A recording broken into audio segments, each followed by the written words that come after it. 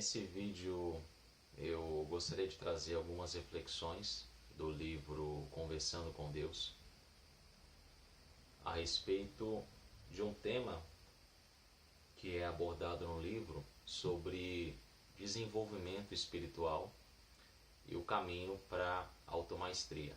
Eu gostaria de trazer um trecho desse livro que me chamou bastante atenção, onde o Neil ele fala para Deus que ele está muito frustrado com a situação de vida dele.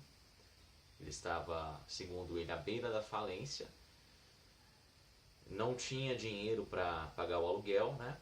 E ele falou assim para Deus, né, que ele havia se dedicado ao plano espiritual por mais de 20 anos e olha onde isso o levou, né? Ele não tinha bens materiais e estava à beira da falência. Normalmente a gente tem uma ideia muito abstrata do que seria se dedicar ao plano espiritual, né? Quando a gente fala dessa forma parece uma coisa muito abstrata e eu gostaria de clarificar esses conceitos. Eu anotei o trecho dessa citação. Deus responde para ele o seguinte: vamos deixar claro que dedicar-se ao plano espiritual significa dedicar toda a sua mente, todo o seu corpo e toda a sua alma ao processo de criar-se à imagem e semelhança de Deus. Esse é um ato de consciência suprema, praticado dia a dia, hora a hora e momento a momento. É uma nova escolha a cada instante. Uma criação contínua, consciente, com um objetivo. É usar os meios de criação que já discutimos com consciência e intenção sublime. Isso é dedicar-se ao plano espiritual. Agora, há quanto tempo você se dedica a esse plano? Deus pergunta para ele. As nossas ferramentas criativas, elas são os nossos pensamentos, os nossos sentimentos, as nossas reações emocionais, ao que outras pessoas fazem com a gente traz consigo vários padrões de reações emocionais, para a gente poder se adaptar ao ambiente. Cada pessoa tem um padrão específico, Aí tem outras coisas também que a gente pode entrar em pormenores, como crenças, mas eu não vou entrar nesse mérito, eu quero simplificar. Então, as nossas ferramentas criativas são os nossos pensamentos, sentimentos, nossas intenções, nossas reações, nossas interpretações também.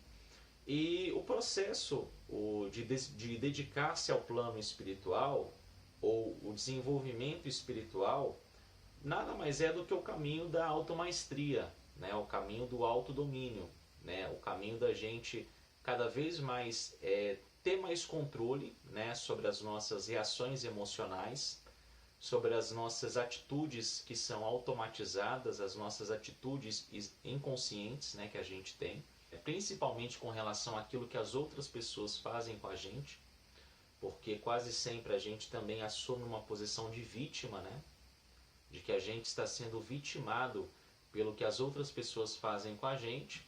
Só que quando a gente se coloca numa posição de vítima, é como se a gente ficasse impotente diante de uma situação, Porque se eu penso e acredito que outra pessoa fez algo comigo, eu não posso fazer nada a esse respeito, porque foi o outro que fez comigo. Agora, se eu me empodero e tenho consciência de que aquilo foi uma criação minha, e aí ele fala que esse é um caminho de maestria muito elevado, eu posso fazer alguma coisa a respeito, Porque eu tenho a consciência de que fui eu que criei isso. Basicamente, essa é a ideia que eu queria passar, dedicar-se ao plano espiritual, ter autodomínio, cada vez mais autocontrole das nossas ferramentas criativas, de modo que a gente adquira a automaestria.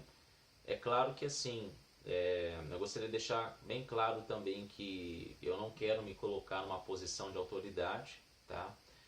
Tudo que eu estou falando aqui também é um desafio para mim diário. Esse livro Conversando com Deus, além dele ser um livro muito simples, ele tem uma linguagem muito coloquial. Então assim, qualquer pessoa pode entender o livro e ele deixa claro muitos conceitos, às vezes a gente não tem muito claro na nossa cabeça.